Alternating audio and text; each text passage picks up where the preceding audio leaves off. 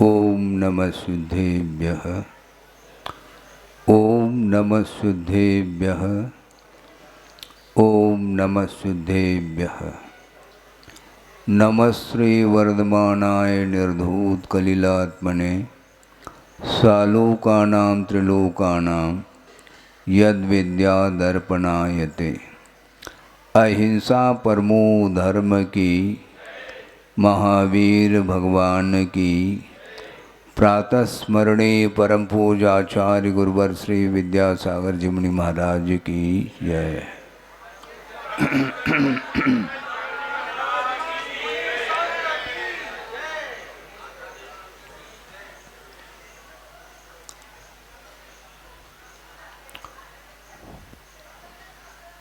आज का यह उत्तम तप का दिन है। धरती जब पूरी तरह से तप जाती है, प्रतीक्षा करनी पड़ती है। प्राय करके हर साल यही देखने को मिलता है। ग्रीष्मावकाश जब आ जाता है, जेठ का महीना जब प्रारंभ होता है, उस समय चारों ओर धरती तपी हुई मिलती है और लू जिसको बोलते हैं, लू लपट चलती रहती है और प्रत्येक व्यक्ति इस प्रतीक्षा में रहता है कि मानसून कब आएगा और धरती ठंडी कब होगी, शीतलता का अनुभव करना चाहता है। किंतु प्रकृति तो प्रकृति है, वह किसी के वश में नहीं होती। आप कितना भी आकुल व्याकुल परिणाम कर लो तो भी वह समय पर ही प्रकृति परिवर्तित होती है। नक्षत्र जब परिवर्तित हो जाते हैं, उसी समय वह बारिश होती है। तो इसी प्रकार आचार्य महाराज ये कहना चाहते हैं कि तपाना है। किसको तपाना है?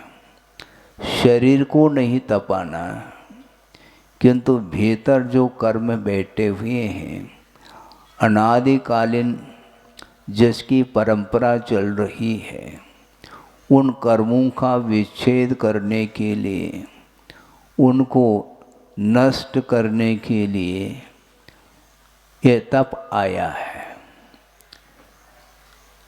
कर्मक्षयार्थम तप्यते इति तपः।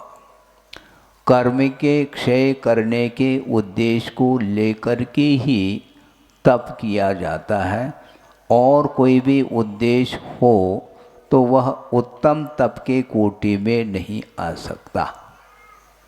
बिल्कुल ये सिद्धांत है। इसलिए प्रत्येक धर्म के पूर्व में उत्तम शब्द लगा हुआ है। उत्तम शब्द अपने आप में समीचीनता का प्रतीक है, क्योंकि कल आपने तत्व सूत्र में भी वह विषय पढ़ा होगा, जहाँ पर बाल तप की भी चर्चा की है। अकाम निर्जरा और बाल तप के माध्यम से देव आयु का बंद कर लेता है। स्वर्ग जाना बहुत ज़्यादा श्रम साध्य है ऐसा नहीं है, किंतु थोड़ी सी कषाय की यदि मंदता होती है, उसके माध्यम से उन मंद परिणामों के फलस्वरूप वह देव आयु का भी बंद कर लेता है, जबकि धर्म की आराधना उसने किंचित मात्र भी नहीं की है। उसके बगैर भी वह देव आयु का बंद कर लेता है और सागरोपम आयु के लिए वहाँ का सुख जो है वह उसके लिए उपभोग करने में आ जाता है। किंतु हमें उत्तम तप करना है। कुंद कुंद का वह साहित्य आप लोग जानते हैं, अध्यात्म परक उन्होंने ग्रंथों की रचना की है, जिसमें समय सार, प्रवचन सार, नियम सार, पंचास्तिकाय, अष्टपाउड और एक द्वादशान प्रेक्षा, इस प्रकार ये सारे सारे ग्रंथों की रचना कुंद कुंद स्वामी ने की है। और जहाँ तक मुझे स्मरण में है कि वह कारिका अष्टपाउड में मिल सकती है, मिलेगी तो इन्हीं कुंद कुंद साहित्य में ही वह कारिका आपको पढ़ने को मिल सकती है। और वह गाथा भी आपके सामने रख रहा हूँ, और जिसका अनुवाद गुरुदेव ने किया है उसको भी आपके सामने हम रखना चाहते हैं। आप मनोयोग के साथ इसको सुनने का प्रयास करेंगे, क्योंकि वस्तुतः उत्तम तप किस क्वालिटी का होता है इसको समझना है। तप तो हर व्यक्ति कर लेता है, किंतु इस गाथा के माध्यम से हम और आपकी आंखें खुल सकती हैं। श्रवण के भी, हाँ, श्रवण भी उसी चपेट में आने वाला है, ये ध्यान रखें, इसलिए तनाव में नहीं आना है। किं काहदि वनवासो, किं काहदि वनवासो काय क्लेशो विचित्त उवासो अध्ययन मौन पहुदी समदा रहियस समनस। समता से जो रहित श्रमण है उसका वह तप किस काम का है, क्योंकि वो कहना ये चाह रहे हैं वह श्रमण हम और आपके बीच में नहीं रह रहा है। कहाँ रहता है वो? वनवास जंगलों में रहता है, काय क्लेश कर रहा है। इसका अनुवाद आपके सामने रखूं तो और आपको विशेष रूप से भाव भाषण होगा कि मासोपवास करना, वनवास जाना, सुन रहे हैं आप? मासोपवास करना, वनवास जाना, आतापनाद तपना, तन को सुखाना, सिद्धांत का मनन, मौन सदा निभाना, ये व्यर्थ है श्रमण के बिन साम्य बाना। समता के बिना श्रमण की ये सारी सारी क्रियाएं व्यर्थ है, ऐसा कहा जा रहा है। महाराज ये अच्छा नहीं लगता। इतना कठिन तप करने के उपरांत भी शरीर को उसने उपवास के माध्यम से सुखा दिया है। हड्डी हड्डी पसली पसली दिख रही है, शरीर क्षीण हो चुका है, जर्जर हो रहा है, और आतापनादि तपना, वहाँ पर पर्वत की चोटी पर, वहाँ पर कोई पंखा कूलर नहीं मिलने वाला है, ये ध्यान रखो। और उस पर्वत की चोटियों के ऊपर जा कर के जेठ के महीने में ग्रीष्म काल में वह बैठ करके अथवा खड़े हो करके वह तप कर रहा है, तन को सुखा रहा है। इतना ही नहीं, सिद्धांत का मनन हमेशा हाथ से जिनवानी को वो रखता ही नहीं, हमेशा हाथ में जिनवानी रहती है। सिद्धांत का मनन, चिंतन, मंथन सब कर रहा है। इतना ही नहीं, मौन सदा निभाता, किसी के साथ वार्ता नहीं। इसके उपरांत भी आचार्य कह रहे हैं ये सारे सारे जितने भी तप आदिक हैं ये सब व्यर्थ सिद्ध हो रहे हैं। क्यों? समता के बिना ये धूल के समान हैं, ऐसा कहा जा रहा है। सोचो विचार करो। महाराज फिर हम उपवास करना छोड़ दें, छोड़ने की बात नहीं कही जा रही है। ये जितने भी बाह्य तप है इसको करना चाहिए, क्योंकि इस बाह्य तप के माध्यम से ही शरीर के प्रति जो निरीहता है वह सामने देखने को मिल सकती है। लेकिन ये सब किसके लिए करना है? ये सब किसके लिए करना है? ख्याति, पूजा, लाभ इत्यादि को साइड में रख करके किया जाता है। जिस प्रकार श्रमण केशलोच करता है, अपने बालों को अपने हाथों से उखाड़ता है, ये फिर भी सरल है। जिस प्रकार बालों को वो उखाड़ रहा है, उसी प्रकार ख्याति, पूजा, लाभ को भी उखाड़ करके फेंक देना चाहिए, तब कहीं जा करके वह उत्तम तप के कोटि में आ सकता है। हमेशा संसारी प्राणी की दृष्टि अंतर्दृष्टि नहीं बन पाती उसकी। बहिर्दृष्टि कोई देख रहा है क्या? नहीं। वो देख रहा हो तो इधर आनंद आता है। एक मास तक मान लो उपवास कर लिया और किसी ने देखा नहीं तो मज़ा नहीं आ रहा है। तो मज़ा काय में आ रहा है? उपवास करने में आपको आनंद आ रहा है, अथवा सामने वाला जो कह रहा धन्य है आपकी साधना, धन्य है, इस प्रकार यदि शब्द कानों में पड़ जाते हैं तो यदि उसको आनंद आता है तो इसका अर्थ कीर्ति है। यश के लिए, यश लूटने के लिए वह कर रहा है, इसलिए वह उसके माध्यम से कर्म नहीं कटेंगे, उसके माध्यम से कर्म दग्ध नहीं होंगे, किंतु यह शरीर ही दग्ध होता चला जाता है। ख्याति, पूजा, लाभ इत्यादि की इच्छा को लेकर के जो तप करता है वो उसके माध्यम से, ख्याति आदि के माध्यम से वह तप ही जल जाता है। ये ध्यान रखो, तप के द्वारा कर्म जलना चाहिए किंतु जल नहीं पाता। क्या जलाना चाहो? आपको दूध तपाना है क्या पात्र को? मुझे बताओ आप।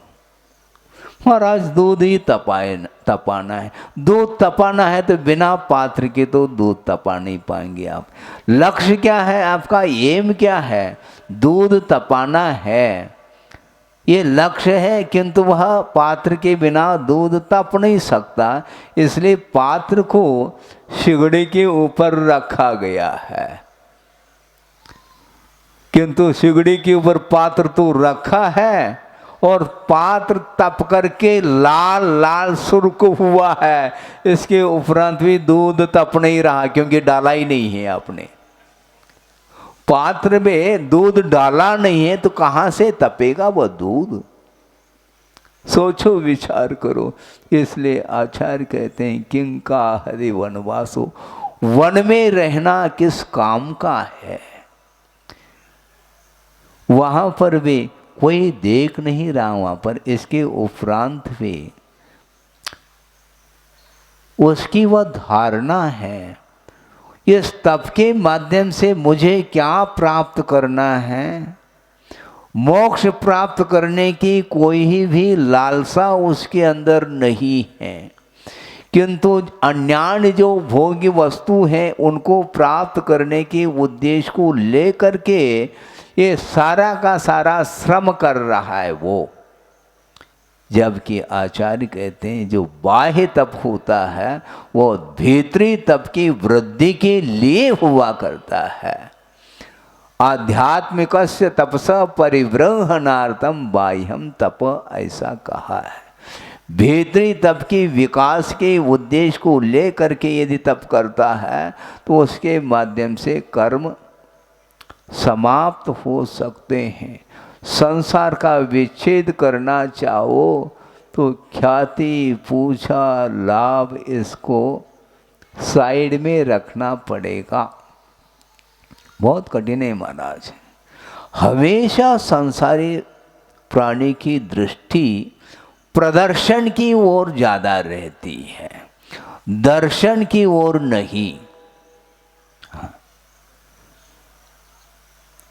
बहुत प्रयास करने के उपरांत भी वह आदत जाती नहीं है। कहीं न कहीं से वह प्रदर्शन देखने को मिलता है और उसके माध्यम से वह आनंद का अनुभव करना चाहता है। मास मास तक उपवास किया और कंठ सूख गया है, भूख लगी है, इसके उपरांत भी परवाह नहीं उसको, किंतु दो शब्द सुनना चाहता है कि आपकी साधना धन्य है। बस इतना भर पर्याप्त है। ऐसा लगता है कि उसने पारना कर ली। क्यों? ऐसा लगता है पारना में जो आनंद नहीं आता, वो दो शब्द सुन करके वह इतना ग्लैड हो जाता है कि कुछ पूछो नहीं। गलत तो नहीं कह रहे,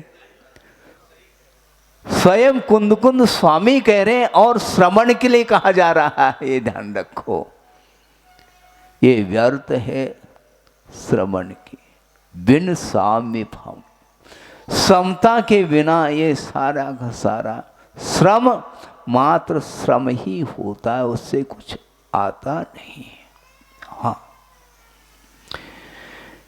रेत को पेला जा रहा है, काय के लिए? तेल निकालना है। कौन सा? मूंगफली का। अच्छा, मूंगफली है क्या वो? तेल निकालना है और रेत के द्वारा तेल निकाला जा रहा है। निकलेगा क्या वो? नहीं निकल सकता। तो किसके द्वारा निकलता है महाराज? मूंगफली हो और तिली हो, सरसों हो, तुम बरसों प्रयास करो लेकिन रेत से कभी भी तेल निकलने वाला नहीं है, क्योंकि उसके अंदर तेल है ही नहीं। हाँ, प्रयास व्यर्थ चला जाएगा। किंतु संसारी प्राणी इसी प्रकार अतीत में जो कुछ भी इसने साधना की है वह एकमात्र इसी ख्याति, पूजा, लाभ और अन्यान्य भोग्य संपदा को प्राप्त करने के उद्देश्य को लेकर के इसने साधना की है। इसलिए वह साधना उसकी धूमिल हो जाती है। अंतरंग साधना करो, इस प्रकार बार बार हम लोगों के लिए संबोधित करते हैं। अंतरंग साधना करो, बहिरंग साधना तो बहुत कर ली, अब अंतरंग साधना करो। पर अंतरंग साधना कैसे करेंगे? कैसा क्या करना? कषाय को समाप्त करने के लिए साधना की जाती है और साधना के माध्यम से और ख्याति आदि उत्पन्न होने लग जाए, फिर वह साधना किस कोटि में आएगी? साधना तो है महाराज वो, हाँ साधना तो है, किंतु उसमें साम्य भाव नहीं। सम सत्व बंधु वग्गो, शत्रु और मित्र, इन दोनों में साम्य भाव रखना। रख सकोगे? शत्रु और मित्र, इन दोनों के प्रति समता, इक्वलिटी, साम्य भाव। मित्र के साथ तो हम समता भाव रख लेंगे महाराज, ये ध्यान रखो। समता जो है ना वो दो में हुआ करती है, एक में क्या समता? दो में। शत्रु आ जाए तो भी वेलकम, मित्र आ जाए तो ठीक है। दोनों के प्रति किसी भी प्रकार से भेदभाव नहीं है, और जिसको भेद विज्ञान हुआ है वो कभी भी भेदभाव कर ही नहीं सकता। इसी का नाम भेद विज्ञान है, क्योंकि जीव सामान्य के प्रति दृष्टि होनी चाहिए। आखिर ये भी तो जीव ही है, यह भी जीव है, अजीब नहीं। किंतु अजीब बात है कि वह सामान्य जीव की ओर दृष्टि उसकी नहीं जाती, किंतु शत्रु और मित्र की परिकल्पना कर लेता है। और वह मित्रता किसी काम की नहीं है, क्योंकि वो लौकिक मित्रता मानी जाती है। परमार्थ में, परमार्थ क्षेत्र में उस मित्रता की कोई वैल्यू नहीं, उसका कोई महत्व इसलिए नहीं है क्योंकि वह स्वार्थ के साथ मित्रता रख रहा है। दो व्यक्ति है, दोनों में पार्टनरशिप है, दोनों हाथ में हाथ मिला करके चल रहे हैं, किंतु जिस समय मान लो कोई कमी महसूस होने लगी, फिर हाथ में हाथ नहीं मिलाएंगे, हाथ दिखाएंगे। फिर यही होता है, वह मित्रता है। कौन से बोलते हैं आप? लंगोटिया यार, बहुत पुरानी दोस्ती है। हाँ, जब तक मैं देख रहा हूं, जब से मैं होश संभाल रहा हूं, तब तक इनके साथ ही मेरा जीवन गुजर रहा है। ये लंगोटिया दोस्त है। किंतु जब बिजनेस में थोड़े बहुत भी 1-8% भी यदि मान लो संदेह हो जाता है, फिर देख लो कैसी दूरी, दरार पड़ जाता है। फिर दोनों के बीच में दरार आ जाता है कि नहीं? हाँ बिल्कुल। क्यों? ये सब स्वार्थ के साथ दोस्ती है। यह मित्रता एकमात्र स्वार्थ परायण के साथ चल रहा है, इसलिए इसका नाम वात्सल्य नहीं है, इसका नाम प्रेम नहीं है। किंतु किसी भी प्रकार से बिना स्वार्थ के, बिना किसी अपेक्षा के यदि प्राणी मात्र के प्रति कल्याण की भावना को लेकर के यदि मित्रता रखता है, तो उसके माध्यम से उसका विकास होना है। इसलिए मास तक तुम उपवास कर लो अथवा तुम वनवास कर लो, सिद्धांत का मनन, हाँ, इनके समान कोई भी ज्ञान नहीं लगता है।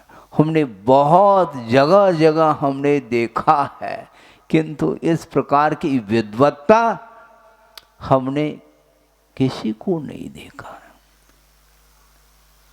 है। लेकिन वह ज्ञान मोक्ष मार्ग में काम में क्यों नहीं आ रहा है? उस ज्ञान के माध्यम से विवेक जागृत क्यों नहीं हो रहा है? जिस ज्ञान के माध्यम से विवेक जागृत होता है, वही सम्यक ज्ञान की कोटि में आता है। सिद्धांत का मनन करता है और मौन, ऐसी साधना तो हमने कहीं नहीं देखी। किसी के साथ बोलते नहीं, कितनी निरीहता देखो। अलौकिकता से पूरी तरह से ऊपर उठ करके ये साधना कर रहे हैं, लेकिन भीतर क्या है? भीतर वही चीज है जिसके माध्यम से वह तप उत्तम तप की कोटि में नहीं आ रहा है। इसलिए कीर्ति, ख्याति, पूजा, लाभ, इसके माध्यम से वह जीवन व्यतीत कर रहा है। वह सारा सारा उसका जीवन यूं ही निकल जाता है, उसके माध्यम से कुछ भी हल नहीं निकलने वाला। बिल्कुल शरीर के प्रति निरीहता होनी चाहिए। आचार्य महाराज को हमने बड़ी निकटता के साथ देखा है और संग में रह करके उनके पास नहीं जाता था ज़्यादातर। किसी ने कहा, महाराज आप कभी आचार्य महाराज से बोलते नहीं? बोलते हुए हमने कभी आपको देखा नहीं। तो हमने कहा कि हम प्रतिदिन बोलते हैं, ध्यान रखो। कब बोलते हैं महाराज? हम नमोस्तु बोलते हैं।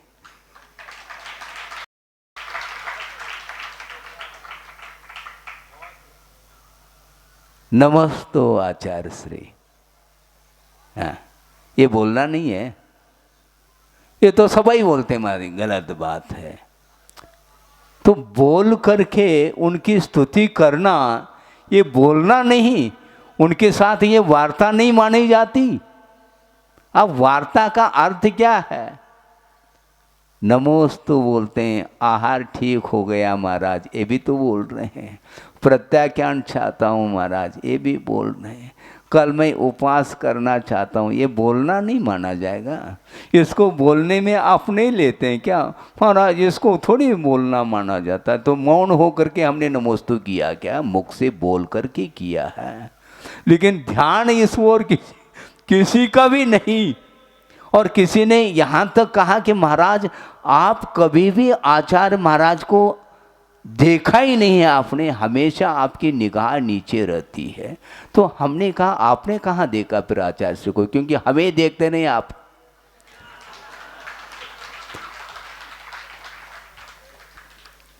आपने कब देखा आचार्य महाराज को? जब कभी भी आपकी दृष्टि गई है तो मेरी ओर गई है, तो आपने भी नहीं देखा तो हमने भी नहीं देखा। कौन सी बड़ी बात हो गई, मुझे बताओ। बात समझ में आ रही कि नहीं? उनकी यही महाराज बोले और देखें और मनोरंजन करें, तब तो महाराज है, नहीं तो नाराज है। ये भी बात है। मान लो कभी कभी ऐसा भी अवसर आता, बड़ी विचित्र दशा होती है, लेकिन कर क्या सकते हैं? हम किसी को कुछ बोल नहीं सकते, क्योंकि बोलने से फिर और बात बढ़ेगी, इसलिए हमें बोलना पसंद नहीं हमें। हाँ, क्या कर सकता हूँ महाराज? हमने सुबह तो देखा था आपको बोलते हुए, दूर से देखा था, किंतु जब मैं आपके पास आया हूँ तो आप मौन रहे हैं। शायद हो सकता है हमसे बोलना नहीं चाहते हों। आपसे बोलना नहीं चाहता, उनसे बोलना चाहता, ऐसा थोड़ी कुछ है। क्योंकि श्रवण स्वतंत्र हो सकता है, होता है। मान लो 15 मिनट के लिए हमने मौन धारण कर लिया, मैं आपको बता करके मौन धारण करूं क्या? और 15 मिनट के बाद मान लो मैं बोलने लग जाऊं तो पक्षपात करते हैं आचार्यवाद। हाँ ठीक है, आप कहो कहो, आप जो कहोगे उसके लिए हम निर्जरा के लिए कारण मान लेंगे। हाँ, फिर से कहो, कहते रहो, अच्छा लगता है।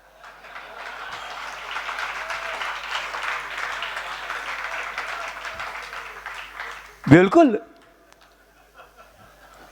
क्यों हंस रहे? आज वो कवि महोदय नहीं आए हैं। नहीं, ये तो भोपाल वाले हैं, बाकल वाले जो है ना, वो भी कवि हैं, वही बोलते हैं इस प्रकार, फिर से कहो, कहते रहो, अच्छा लगता है। वो आरती करते हैं तो वही बात हमें समझ में आती है।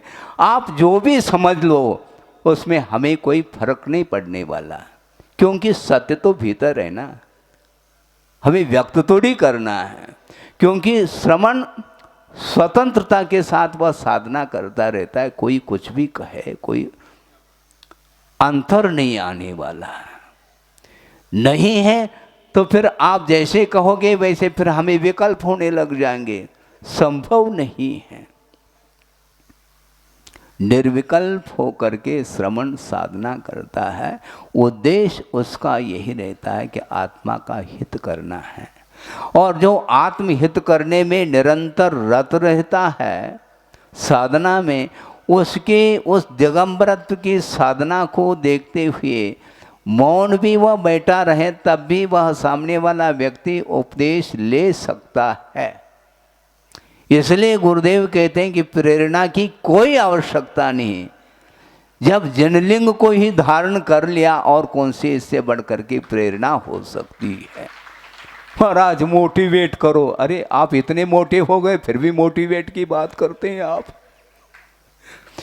और कितना मोटा होना चाहते हो मुझे बताओ।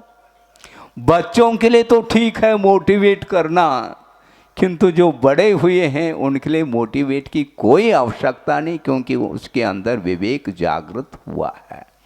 जिसके अंदर विवेक जागृत हुआ है उसके लिए ज़्यादा उपदेश की भी आवश्यकता नहीं पड़ती है।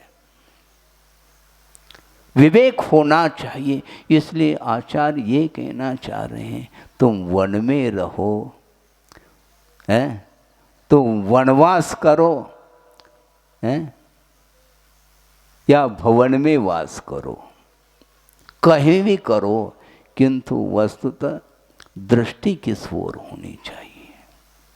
आत्म तत्व की ओर दृष्टि हो तो वह साधना मानी जाती है, नहीं है तो वह एक दूसरे को ताली बजाने में लगा हुआ है, उसकी कितनी साधना है समझ में आ जाती है। महाराज यथार्थ जब बोलते हैं तो तालियां बजती हैं, ठीक है बजाओ, लेकिन मेरे अंदर वह आवाज़ जो है ना, कहीं ऐसा न हो वो आनंद के लिए कारण न बन जाए। क्यों? ये सारे नौकर्म है, ये जिसके माध्यम से कर्म का अर्जन होता है। बहुत रिस्क है श्रवण के लिए। आप तो मुक्त कंठ से प्रशंसा करोगे और करके तुम पुण्य का अर्जन कर लोगे, लेकिन जिसकी प्रशंसा की जा रही है बहुत वह रिस्क में है। यदि उससे वह प्रभावित हो गया तो वह घाटे में है, लॉस हो जाएगा उसका, और आपके लिए तो प्रॉफिट ही प्रॉफिट है। हाँ, हमारे लिए क्या मिला?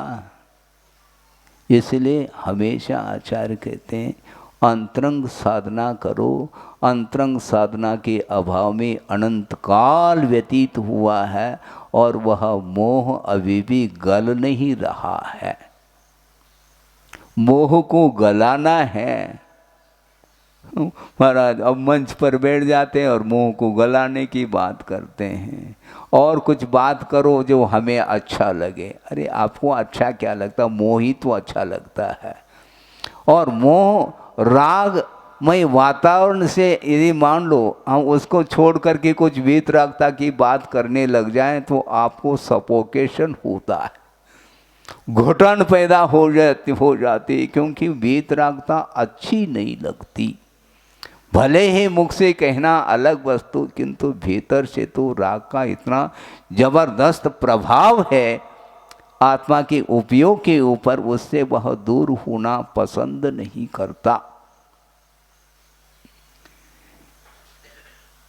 कीर्ति पूजा विमानार्तई लोक यात्रानुरंजतई बोध चक्षु विलुप्तम यही तेषाम ध्याने न योग्यता। ध्यान की योग्यता उसके अंदर नहीं आ सकती है। जो कीर्ति पूजा अभिमान आदि के द्वारा पीड़ित है और लोक यात्रानुरंजतई, हाँ मेरे पास इतने लोग आते हैं जाते हैं, उससे वह रंजायमान हो रहा है, उनके पास जनता ही नहीं जाती है। हाँ, झांक करके एक व्यक्ति भी पहुंच नहीं रहा वहाँ पर, लेकिन हमारे पास देखो, हाँ, पूरी जनता टूट रही है। इसके माध्यम से वह आकर्षण, इस आकर्षण से वह आकर्षित है। बोध चक्षु विलुप्तम, सम्यक ज्ञान रूपी चक्षु जिसके समाप्त हो चुके हैं, उनके लिए कहाँ से ध्यान की योग्यता होगी? क्योंकि आर ध्यान रोध ध्यान के माध्यम से कर्म का क्षय नहीं होता, प्रत्युत कर्म का बंद होता है। और हमें कर्म का क्षय करना है तो धर्म ध्यान करने की बात करो। और धर्म ध्यान करने वाला व्यक्ति कभी भी अड़ोस पड़ोस में कौन क्या कर रहा है उस पर ध्यान ही नहीं जाता उसका। एक प्रसंग रख दूं? हाँ। एक व्यक्ति है, वह वज्रासन से बैठा है और चादर बिछा करके नीचे और उस पर बैठा है और वह ध्यान में लीन है। और 2 मिनट हुआ नहीं, एक महिला जो काफ़ी वृद्धावस्था में थी और वह दौड़ती दौड़ती भागती भागती किधर जा रही है आपको ख्याल नहीं है। बहुत इतनी स्पीड से भाग रही है और उसमें उसने उनको देख नहीं पाए जो ध्यानस्थ हैं, और उसके चादर पर से वह भागती चली गई। और उसने कहा, कौन ने? जो ध्यान में लीन है। अब इसी से स्पष्ट हो जाएगा ध्यान कौन सा है उसका। और उसने कहा, तुम्हें समझ में नहीं आती बात, मैं यहाँ पर ध्यान कर रहा हूँ, बिना देखे धक्का देते हुए चली गई तू। क्षमा करना भाई साहब, हाँ क्षमा करना। क्या क्षमा करना? इसलिए क्योंकि मुझे कुछ भी दिखाई नहीं दे रहा है सिवाय बालक के। बालक इस भीड़ में घूम गया है, उसको ढूंढने के लिए मैं होश हवास खो गई हूँ। लेकिन मुझे आश्चर्य लगता है कि तुम ध्यान में भी लीन हो और मुझे कैसा देखा तुमने? ये कौन सा ध्यान है तुम्हारा?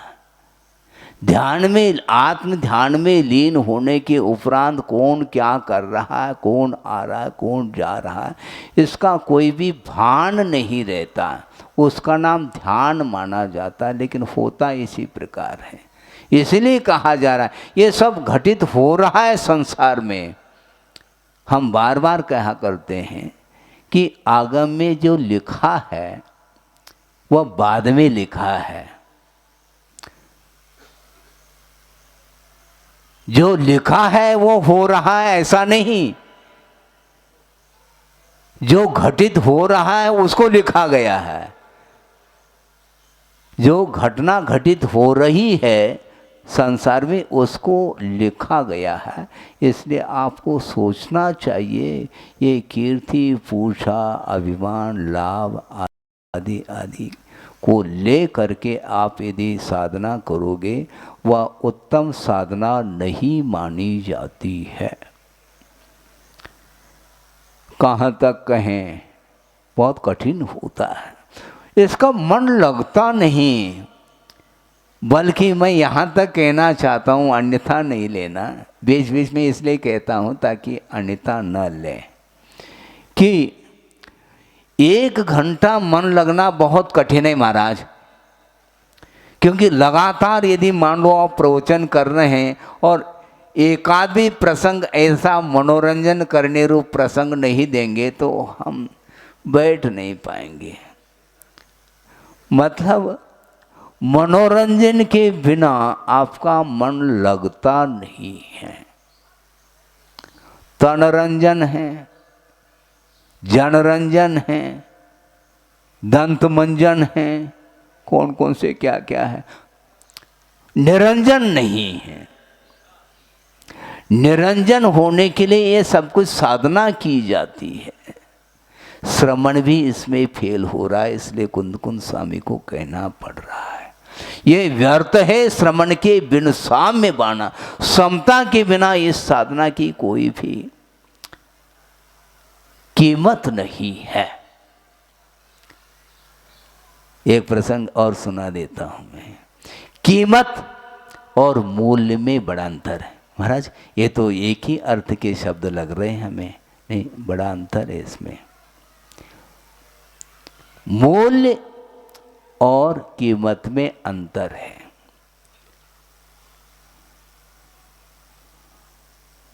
स्वर्ण की कीमत है, उसका कोई मूल्य नहीं है, ध्यान रखो। कैसी महाराज? बता रहा हूं, जल्दी नहीं करो। स्वर्ण की कीमत है किंतु मूल्य इसलिए नहीं है, उसके बिना भी हम जीवन जीते हैं। किंतु ऑक्सीजन की कोई कीमत नहीं, किंतु बहुत मूल्यवान वस्तु है वो, क्योंकि उसके बिना हम जी नहीं पाएंगे। समझ में नहीं आया क्या? मौलिकता किसमें है? जिसके बिना जीवन न चले वह बहुमूल्य वस्तु मानी जाती है, और जिसके बिना जीवन न चले वह बहुमूल्य है, और जिसके रहते हुए भी उसकी कोई कीमत नहीं, क्योंकि उसके बिना भी हम जीवन आराम से जी सकते हैं। लेकिन स्वर्ण की कीमत बढ़ रही है, किंतु उस ऑक्सीजन की क्या कीमत है कोरोना में समझ में आ जाता है। हाँ, ऑक्सीजन की जो सिलेंडर है ना, वेंटिलेटर, समझ में आ जाता है ऑक्सीजन की कमी हो रही है, कमी हो रही है। उस समय वह डिप्रेशन में जा रहा है। इतनी सारी हवा है, ले ना, हवा तो खूब है महाराज, ऑक्सीजन तो खूब है, लेकिन ऑक्सीजन को ग्रहण करने की क्षमता नहीं रही। इसलिए आचार्य कहते हैं रत्नत्रय के बिना जीवन का कोई मूल्य नहीं है, ये ध्यान रखो। रत्नत्रय ही हमारे लिए मोक्ष तक पहुंचाने के लिए वह मार्ग माना गया है। आप भी मार्ग पर चलते हैं और साधु भी मार्ग पर चलता है, किंतु आचार्य कहते हैं श्रावक तो बहुत दूर की बात है, किंतु रात दिन जो साधना में रत जो श्रवण है उसके लिए भी चेतावनी दे रहे हैं, अलर्ट कर रहे हैं। हाँ, क्यों? क्योंकि ये सारी साधना व्यर्थ हो सकती है साम्य भाव के बिना। समता भाव लाना है, उसके लिए सब कुछ है। एक प्रसंग आपके सामने रख रहा हूं, वह ये है कि एक दार्शनिक विद्वान है, तार्किक है, और दार्शनिक ही नहीं, साहित्य के क्षेत्र में, न्याय के क्षेत्र में और अन्यान्य जो काव्य कला इत्यादि के उस क्षेत्र में वह पारंगत है, और उसके मन में ये भाव आ रहा है कि ये सारा ज्ञान मैं बांट लूं जगह जगह जा करके, इसका प्रचार करूं, ऐसा मन में भाव आ रहा है। और यहाँ तक मन में भाव आया, हमने तो इस देश में तो कोने कोने में प्रचार कर लिया है ज्ञान का, अपने व्यक्तित्व का, अपने कलाओं का। इसके उपरांत भी हमें तसल्ली नहीं इसलिए नहीं है, विदेश में भी इसका प्रचार होना चाहिए।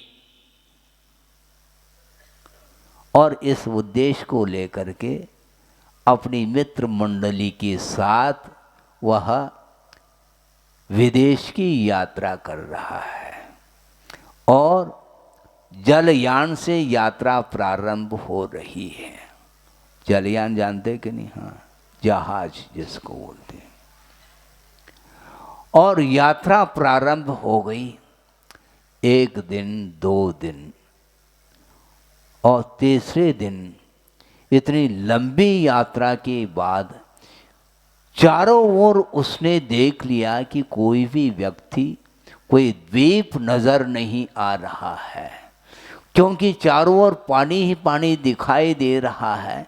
कोई द्वीप हो तो वहाँ पर जा कर के मैं उतरूं और वहाँ पर देख लूं कोई वहाँ पर व्यक्ति है क्या नहीं।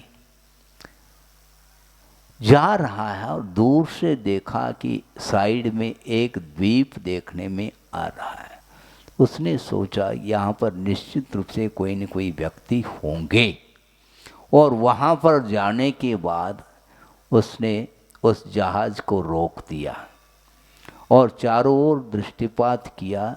कोई देखने में नहीं आ रहा है, किंतु सुदूर दृष्टिपात करने से कोई व्यक्ति देखने को मिला और उसने सोचा कि उसके पास जा कर के हम अपने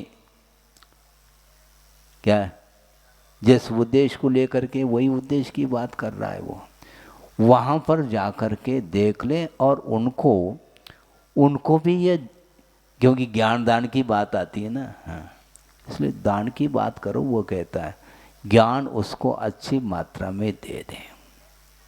जा कर के देखा कि उस द्वीप में 3 व्यक्ति मिले और उनका भेष साधु का भेष था और सफ़ेद धोती पहने हुए थे, दाढ़ी बड़ी हुई थी और तीनों वृद्ध थे, बाल सिर के भी बड़े हुए थे। और जा कर के उसने पूछा और भी कोई यहाँ पर रहते हैं क्या? यहाँ पर कोई भी नहीं रहते, हम 3 ही रहते हैं। और उसके मन में आया इन तीनों को कुछ सिखाना चाहिए, क्योंकि 3 ही रहते हैं और कोई है नहीं, पूरा जीवन व्यतीत हो रहा है, तीनों वृद्ध हो चुके हैं और इनके लिए कुछ सिखाना आवश्यक है, नहीं तो इनका जीवन ऐसा ही चला जाएगा। इनको भगवान की स्तुति सिखाना चाहिए। ऐसा मन में भाव आया। किसके मन में? विद्वान के मन में भाव आया। और उसने पूछा पहले, क्यों आप लोग यहाँ क्या करते हैं? हम कुछ नहीं करते हैं, यहाँ पर झरने का पानी पी लेते हैं और जड़ी बूटी थोड़ा बहुत खा करके यहाँ पर जीवन यापन करते हैं और भगवान का भजन करते हैं। अच्छा, भगवान का भजन करते हैं तो क्या बोलते हैं? हम कुछ नहीं, हमें कुछ आता ही नहीं है।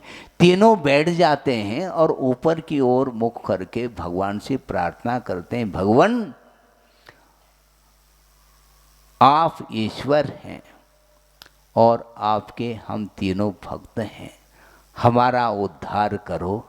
बस इतना हम बोलते हैं, यही भजन, हाँ इतना ही बोलते हैं, हमें कुछ आता जाता कुछ है ही नहीं। वो सोचता है विद्वान, अरे अभागो, तुम्हें कुछ भी नहीं आता, बैठो मैं भगवान की स्तुति सिखाता हूँ। और बाइबल, पुराण, कुरान आदि जो कुछ भी उसने अन्यान्य ग्रंथों का अध्ययन किया था, उसमें से उसने अच्छे एक भजन या स्तुति समझ लो उसने सिखा दी। सिखा दी, हाँ सिखा दी। और उन तीनों ने सीख लिया। वह विद्वान सोच रहा कि मेरा जीवन सार्थक हो गया और वह सोचता है कि अब लौट जाना चाहिए। बस गाड़ी रिवर्स, जहाज में बैठ करके पुनः जदर से यात्रा की थी उधर की ओर पुनः लौट रहा है। और टीम भी उनकी है, मित्र मंडली। और वापस जहाज जहाँ से आए थे उधर पुनः यात्रा चालू हो जाती है। 1 दिन हुआ, 2 दिन हुआ, तीसरे दिन उस विद्वान ने देखा कि ये कौन है। पीछे मुड़ करके देखा, अरे कुछ धब्बा सा देखने में आ रहा है, दूर से कुछ होगा। और जहाज को रोका नहीं उसने, जहाज चल रहा है और दृष्टि उस पर पुनः गई, अरे 1 नहीं 3 दिख रहे हैं और ऐसा लग रहा है कि अपनी ओर बढ़ते चले जा रहे हैं। तो उसने सोचा, अपने मित्र से पूछा, ये कौन है? ये कोई व्यक्ति थोड़ी है, इधर से तो हम आए हैं और वो द्वीप जो है ना बहुत दूर रह गया है, ये कोई व्यक्ति नहीं है, ये समुद्री जंतु हो सकते हैं, अच्छा हो सकते हैं, लेकिन ऐसा लग नहीं रहा है। वो तीन व्यक्ति जैसे ही लग रहे हैं जो अपनी ओर बढ़ रहे हैं, और बिल्कुल जैसे निकट आ गए तो विद्वान को लगा अरे ये तीनों वही व्यक्ति हैं, वही तीनों वृद्ध हैं जिसको हमने प्रार्थना सिखाई थी, भजन सिखाया था, स्तुति सिखाई थी, किंतु ये तीनों आ रहे हैं। और आश्चर्य इस बात को लेकर के हो रहा है कि समुद्र में ये कैसे दौड़ रहे हैं, ये डूब क्यों नहीं रहे हैं समुद्र में। और बोल देता है जहाज को रोका जाए। जहाज को रोक दिया और वह तीनों ज्यों के त्यों पास में आ गए और तीनों हाथ जोड़ करके खड़े हैं। और उसे विद्वान के लिए कहा कि बड़े आपने कृपा की थी हम लोगों के ऊपर और भगवान की प्रार्थना सिखाई थी, किंतु अज्ञान तो हमारे अंदर है। वो भगवान का जो भजन वह विस्मृत हो गया है, वह उस प्रार्थना को हम भूल गए हैं, इसलिए कृपा करके पुनः उस प्रार्थना को हमें सिखाएगा। तो वो विद्वान सोचता है सिखाने में कोई बाधा नहीं है, किंतु तुम इस सागर को कैसे पार किया बिना जहाज के सहारे, और दौड़ते चले आ रहे हैं पानी के ऊपर के चलना कैसा सीखा। कुछ नहीं, ये तो बायां हाथ का खेल है। अच्छा ये कैसी बात है, कुछ नहीं, हमने कुछ नहीं किया, केवल हाथ जोड़ करके प्रभु को याद किया और चल पड़े। वह विद्वान सोचता है कि धन्य है तुम्हारी साधना, तुम्हें प्रार्थना सिखाने की कोई आवश्यकता इसलिए नहीं है क्योंकि भगवान शब्द नहीं सुनते, भगवान हृदय की आवाज सुनते हैं। इसलिए वही प्रार्थना कर लो जो तुमने पहले प्रार्थना जो करते थे ना, वही प्रार्थना ठीक है। ये सारी प्रार्थना भगवान सुनते नहीं, भगवान तो हृदय की आवाज़ सुनते हैं। समझ में बात आ रही क्या नहीं, कि हम दूसरे को सिखा रहे हैं, हाँ दूसरे को सिखा रहे हैं हम। आचार्य कहते हैं सिखाओ नहीं खाओ, स्वयं खाओ, सिखाना बहुत हो गया। कहाँ तक तुम सिखाओगे, सिखाने की बात नहीं है, प्रदर्शन की बात नहीं, दर्शन की बात है। हम दूसरे को हम प्रदर्शित कर रहे हैं अपने विद्वत्ता का, अपने साधना का, किंतु आचार्य कहते हैं प्रदर्शन की वस्तु नहीं है, धर्म दर्शन की वस्तु है। कहाँ तक तुम दिखाओगे दूसरे को। समझ में आ रही है बात, आ रही है, लेकिन ताली नहीं बज रहे महाराज, क्योंकि ताली तब बजती है जब बिल्कुल शॉर्ट फॉर्म में कोई क्लिक हो जाए तो बस ताली के ऊपर ताली है। ये कहानी थी आपके सामने रखी कि वस्तुतः विद्वान होने के उपरांत भी आत्मा का यदि ज्ञान नहीं है तो वह सारा पुस्तक का ज्ञान है। वो ग्रंथ को हमने पढ़ लिया है, पढ़ने में हम निष्णांत हैं, किंतु उतारने में नहीं। और बहुत अच्छे ढंग से साहित्यिक शैली से आप दूसरे को प्रभावित कर सकते हो, किंतु उससे आत्मा का कल्याण होता है क्या, प्रश्न चिन्ह लगता है। हाँ, 4 पंक्ति आपके सामने रख रहा हूं कि समयसार कलश है, अमरचंद सूरी ने उसकी रचना की है और उसका अनुवाद गुरुदेव ने किया है, जिसका नाम रखा है निजामृत पान है, आपने पढ़ा हो। उसमें एक प्रसंग दिया है, वह आपके सामने रख रहा हूं। उभय लोक की हित की बातें, सुन रहे हैं? उभय लोक की हित की बातें कई सुनाते सुनते थे। उभय लोक की हित की बातें कई सुनाते सुनते थे, विगत काल में भी दुर्लभ थे, सुनते सुनते गुनते थे। विगत काल में भी दुर्लभ थे, सुनते सुनते गुनते थे। धर्म सुना था कौन सुने अब, वे भी दुर्लभ विरल मिले, और हित पथ पर चलने वाले तो ईद चंद्र सम विरल खिले। हाँ है आत्मानुशासन में, अच्छा आत्मानुशासन में बहुत अच्छा है। गुणभद्र स्वामी ने लिखा है आत्मानुशासन, उसमें ये कारिका है।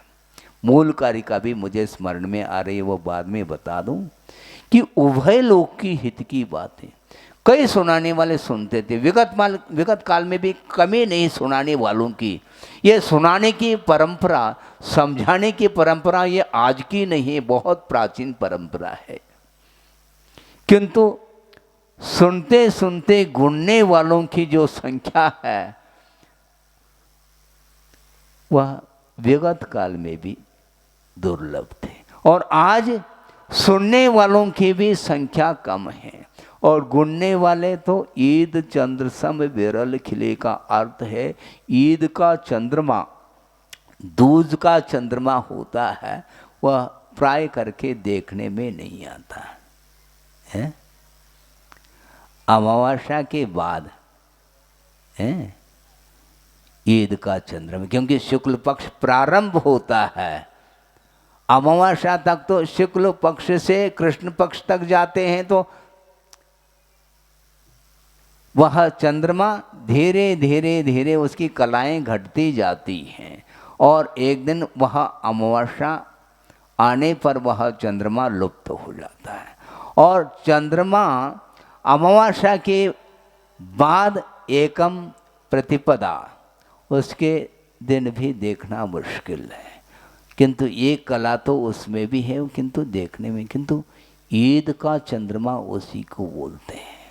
वो दिखाई नहीं देता, बहुत पहनी दृष्टि चाहिए उसको देखने के लिए, और दूज का चंद्रमा धीरे से गौर करेंगे तो देखने में आ जाता है।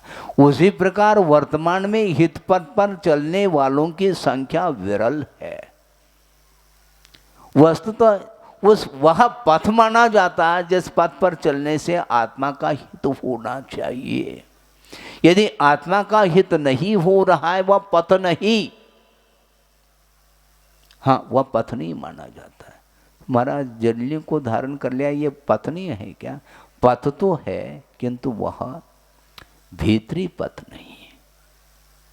आभ्यंतर जो साधना है, रत्नत्रय का नाम मोक्ष मार्ग है, और रत्नत्रय के लिए आधारभूत जो यह जनलिंग है, इसको आचार्यों ने उपचार से मोक्ष मार्ग कहा है। वस्तुतः ये आधार है, और इसके आश्रित वह रत्नत्रय पलता रहता है। रत्नत्रय आत्माश्रित है, भावाश्रित है, और यह द्रव्य लिंग शरीराश्रित है। इसलिए शरीर के माध्यम से जो साधना की जाती है वह बाह्य साधना मानी जाती है। भीतरी साधना के माध्यम से ही कर्म का क्षय होता है। बहुत दृष्टि ले जाना चाहो तो भी प्रयास करने के उपरांत भी भीतरी दृष्टि खुलती नहीं उसकी, बाहर ही घूमता रहता है, वो अभ्यस्त है, परिधि में घूमता रहता है, भीतर पहुंच नहीं पाता, क्योंकि आकर्षण छूटता नहीं। बाहरी जो आकर्षण है, लोकेशना का जो आकर्षण है, वित्तेषणा का जो आकर्षण है, पुत्रेषणा का जो आकर्षण, ये तीन येषणाएं हैं। पुत्र की इच्छा है, और वित्त की इच्छा है, और लोकेशना का अर्थ ख्याति की इच्छा, इसके साथ साथ चल रहा है।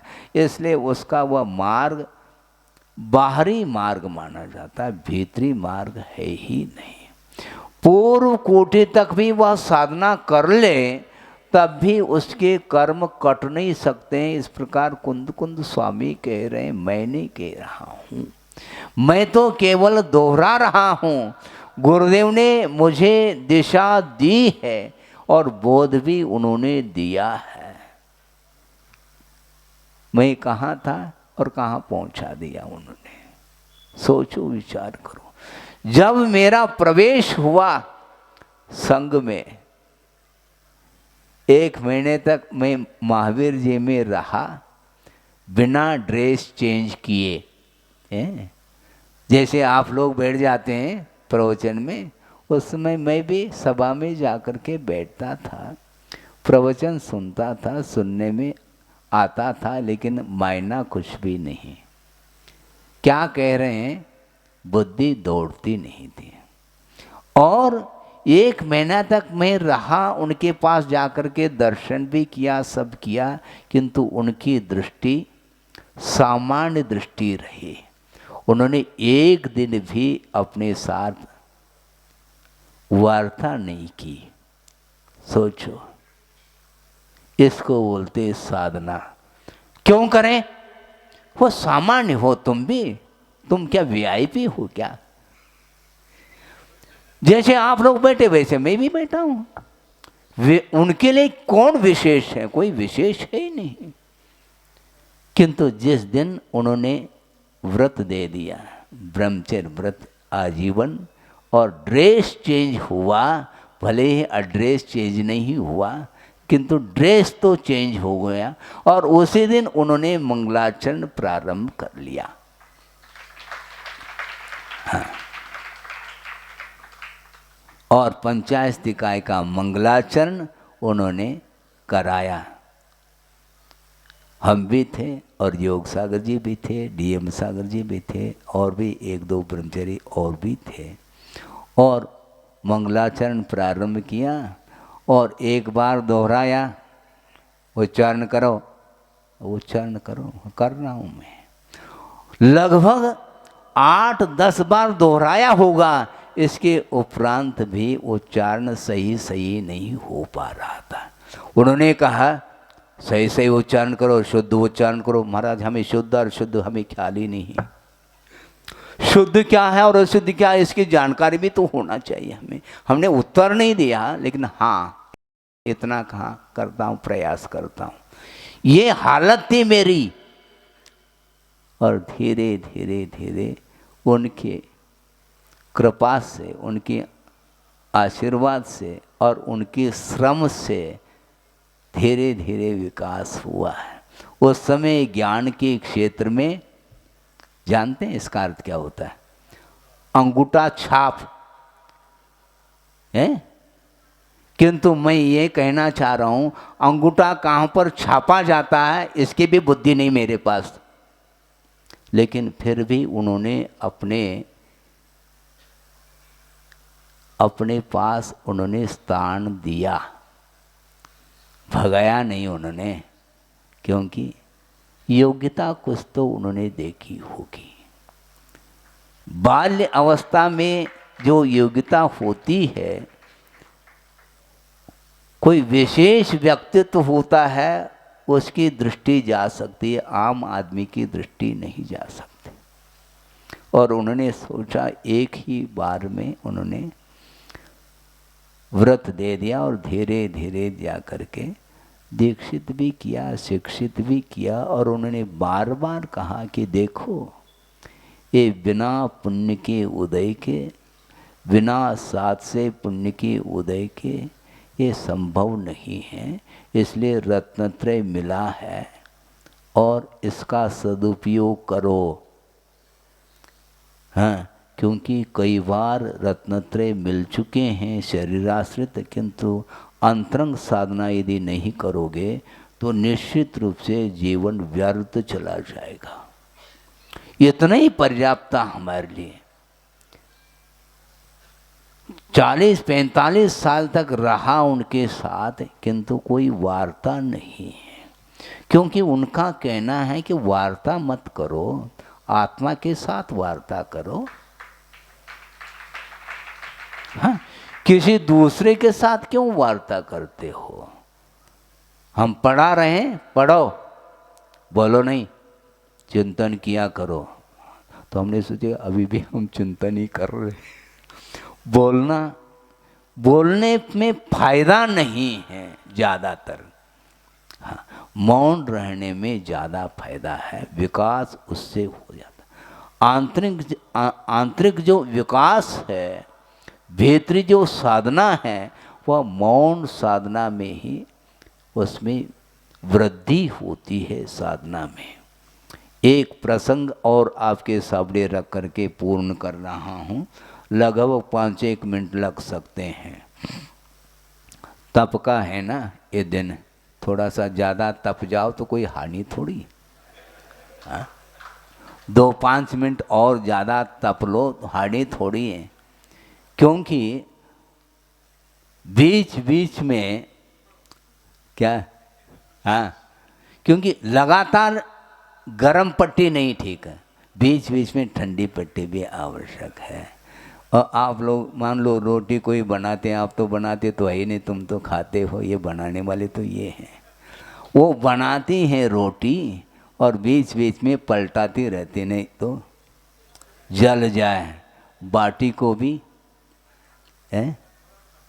पलटना पड़ता है, उसके बिना बाटी जल जाती है। उसी प्रकार बीच बीच में भिन्न भिन्न तप के प्रसंग में, भिन्न भिन्न प्रसंग के माध्यम से उस तप को ही हमें समझना है।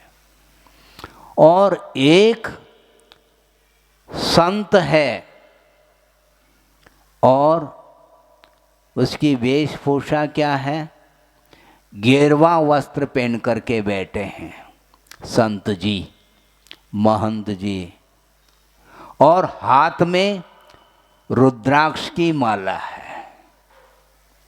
जान रहे हैं, ध्यान से सुनो। और आत्म साधना में लीन है, उनकी दृष्टि में वही आत्म साधना है। और साधना करते करते करते काफी समय हुआ, एकांत में जंगल में रह करके साधना में वह रत थे। और जिस उद्देश्य को लेकर के साधना उसने प्रारंभ कर रखी थी, उस साधना की चरम सीमा तक पहुंच गए और उसका फल देखने में आने लगा। कैसा फल देखने में आने लगा? और वो बैठे हैं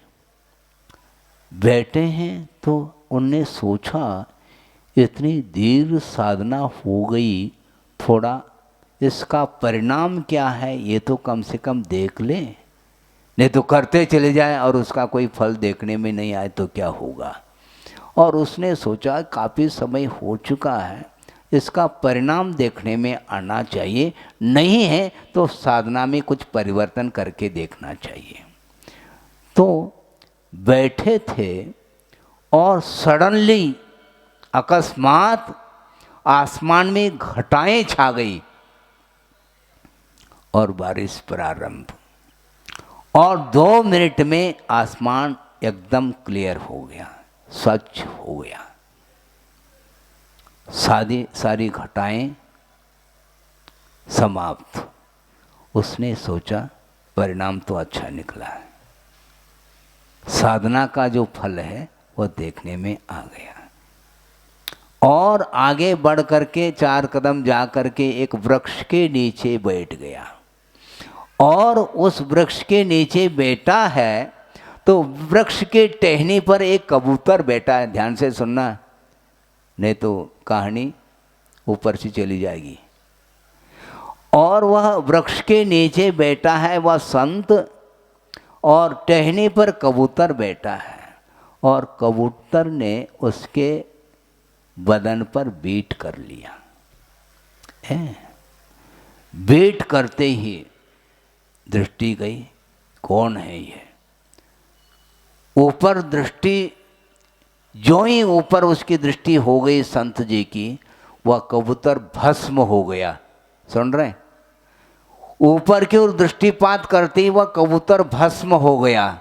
तो अब सोच रहा है कि अब सही मायने में साधना का परिणाम निकल रहा है।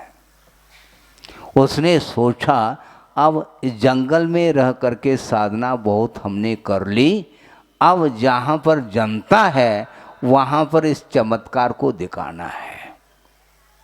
इसलिए वहाँ से जंगल से वह शहर की ओर मुड़ गया और धीरे धीरे यात्रा करता हुआ आया है। और 4 व्यक्ति मिल गए और उन्होंने अपना जो करतूत है, अपनी जो साधना है, वह दूसरे के सामने रखना प्रारंभ कर लिया उसने। हमें साधना करते करते काफ़ी समय व्यतीत हुआ है और ये चमत्कार को देख करके आप आश्चर्य हो जाएंगे। अखंड मौन के साथ, अभी कहा था ना, मौन सदा निभाना, वही वाली बात आ गई। मौन साधना करके हमने हासिल किया है। क्या किया है? इस प्रकार घटना उसने बता दी। ये कोई खास बात थोड़ी संत जी, ये मौन साधना के माध्यम से आपने जो हासिल किया है, तो ये अपने यहाँ तो ये आम बात है। घर घर में इस प्रकार के साधना करने वालों की संख्या अनगिनत है, ध्यान रखो। अच्छा, तो जा कर के देख लें फिर, घर घर में यदि साधना है तो। गया, एक घर के बाहर खड़े होकर के उसने क्या कहा, भिक्षाम देहि, भिक्षा दें। तो भीतर एक महिला क्या कर रही है, अब चमत्कार देखने में आएगा। अभी तो कबूतर भस्म हुआ था, उसको ध्यान में रखना है। हाँ। और भिक्षाम देहि कह करके खड़ा हो गया और भीतर जो है एक महिला काम कर रही थी। क्या?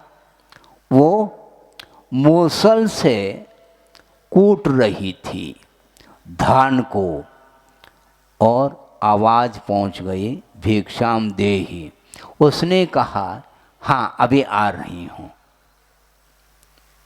तो वो कहता है आ रही हूँ, मैं प्रतीक्षा करूं क्या? नहीं, आ रही हूँ। मैं कैसे प्रतीक्षा कर सकता हूँ? हाँ, मैं आ तो रही हूँ। तुम्हें मालूम है क्या मैं कौन हूँ? हाँ, आप कौन है मुझे मालूम है, लेकिन मैं कबूतर नहीं हूँ, ये ध्यान रखो। आप कौन हैं मैं जानती हूँ, किंतु मैं कबूतर नहीं हूँ कि तुम्हारे साधना के द्वारा मैं भस्म हो जाऊं। उसको लगा वाकई में इसमें कुछ चमत्कार, इसके अंदर भी साधना है। जा करके झांक करके देखा, घर में वह मूसल हवा में स्थिर है। कैसे? कूट रही थी धान को और पति के लिए कुछ देने के लिए पहुंच जाती है, वहीं मूसल को छोड़ करके, और वह मूसल हवा में स्थिर है। इसको बोलते हैं साधना। क्यों? ये सतीत्व का प्रतीक है। हाँ, इसको बोलते हैं ये शील का प्रतीक है। अपने पति के अलावा अन्यत्र उसकी कोई दृष्टि नहीं गई। यदि गई भी है तो किस रूप में गई हुई आप ही जानो। हाँ, निगाह यदि गई भी है तो उसके लिए अन्य जितने भी व्यक्ति हैं उनके लिए अपने से बड़े हैं तो वो पिता के समान, छोटे हैं तो भाई के समान, और छोटे हैं तो पुत्र के समान उसने देखा है। इसलिए ये साधना जा कर के देखा उसने, संत ने, अरे ये मूसल तो हवा में स्थिर है। इसको बोलते हैं सही साधना, प्रदर्शन नहीं है। जिंदगी भर साधना करने के उपरांत भी जिसकी दृष्टि प्रदर्शन की ओर जाती है तो वह साधना किस काम की है। इस प्रकार की साधना, इस प्रकार का तप अतीत में अनंत काल में अनंत बार किया है, वह केवल शारीरिक साधना मानी जाती है। आत्मिक साधना नहीं है। इसलिए उत्तम तप के दिन आप लोगों ने सुन लिया, आगम के आधार से जितना बन पड़ा आपके सामने रखा है, और कुंद कुंद स्वामी क्या कहना चाहते हैं वह विषय श्रवण के लिए भी निरंतर साधना करने योग्य वह विषय है। श्रवण बनने के उपरांत भी शत्रु मित्र की परिकल्पना बड़ी रहती है। शत्रु और मित्र में समानता, निंदा प्रशंसा में समानता, जीवन मरण में समानता, और काच और कंचन इन दोनों में समानता है। इस साम्य वृत्ति के बिना वह श्रवण पद भी व्यर्थ है, ऐसा कहा जा रहा है। श्रवण तो बन लिया, श्रवण पद को अंगीकार कर लिया, किंतु सामान्य यदि नहीं है तो वह दुख से मुक्त नहीं हो सकता। यदि इच्छति दुख परिमोखम परिवज्जोद सामन्नम, इस प्रकार कुंद कुंद स्वामी कह रहे। यदि तुम दुख से मुक्त होना चाहते हो तो श्रामण्य पद को अंगीकार करो, मात्र श्रवण पद नहीं। श्रवण पद और श्रामण्य में अंतर है, यानी भाववाचक शब्द है वह श्रामण्य पद। श्रवणता कहो अथवा श्रामण्य कहो, श्रवण बन गए किंतु श्रवणता नहीं है, श्रामण्य नहीं है, तो उसके माध्यम से कर्म कटेंगे नहीं, उसके माध्यम से वह उत्तम तप की कोटि में वह साधना नहीं आ सकती है। इसलिए ज़्यादा समय नहीं लेते हुए इतना ही कहना चाहता हूँ कि तप तो करना है, किंतु तप किसके लिए करना, उद्देश्य हमारे लिए कौन सा होना चाहिए। तद्गुण लब्धये अहम वंदे, हे भगवान मैं आपकी आराधना कर रहा हूँ और आपके द्वारा बताया हुआ जो मार्ग है उस पर मैं चल रहा हूँ, किंतु इसके पीछे मेरा उद्देश्य मात्र एक ही हो कि जल्दी से जल्दी कर्म क्षय को प्राप्त हो और अनंत गुण जो अव्यक्त है उसकी अभिव्यक्ति हो। उन अनंत गुणों को उद्घाटित करने के लिए साधना की जाती है। मात्र लौकिक कुछ कलाओं को सीख करके और उसको प्रदर्शन करने के लिए ये मनुष्य पर्याय नहीं मिली है, किंतु इस मनुष्य पर्याय की सार्थकता सिद्ध करने के लिए अंतरंग साधना के माध्यम से हम अपने जीवन को व्यतीत करते हैं। तो निश्चित रूप से अत्यल्प काल में वो साधना के माध्यम से उद्देश्य जो हमने रखा है, जिस उद्देश्य को लेकर के साधना की है, उसकी पूर्ति हो सकती है और वह मोक्ष तत्व हाथ लग सकता है। जल्दी से जल्दी सबको निर्वाण का लाभ हो। और गुरुदेव ने यहाँ तक कहा था प्रवचन में, भगवान मैं आपसे प्रार्थना करता हूँ कि सारी की सारी जनता मुझसे पहले निर्वाण का लाभ ले। वो ये कहना ये चाहते हैं मुझे आकुलता नहीं है मुक्ति की, क्योंकि आकुलता करने से मुक्ति मिलती नहीं, किंतु विश्व कल्याण की जो भावना रखता है उसके माध्यम से जल्दी स्वयं के लिए भी निर्वाण का लाभ होता है। इस प्रकार आचार्य महाराज की जो विशाल दृष्टिकोण है उसको सामने रखते हुए अपने को अपनी शक्ति के अनुरूप साधना के क्षेत्र में आगे बढ़ना चाहिए और वो साधना के माध्यम से ही अनंत काल के लिए स्वतंत्रता का लाभ हो सकता है। हो इस पवित्र भावना के साथ अहिंसा परमो धर्म की जय। बोधि समाधि परिणाम शुद्धि स्वात्मोपलब्धि शिव शोक सिद्धि चिंतामणिम चिंतित वस्तुदाने त्वा वंद मानस्य ममास्तुति। परम पूजाचार्य गुरुवर श्री विद्यासागर जी मुनि महाराज। हेलो, परम पूजाचार्य गुरुवर श्री समय सागर जी महाराज की जय। पूज्य आचार्य संघ की जय।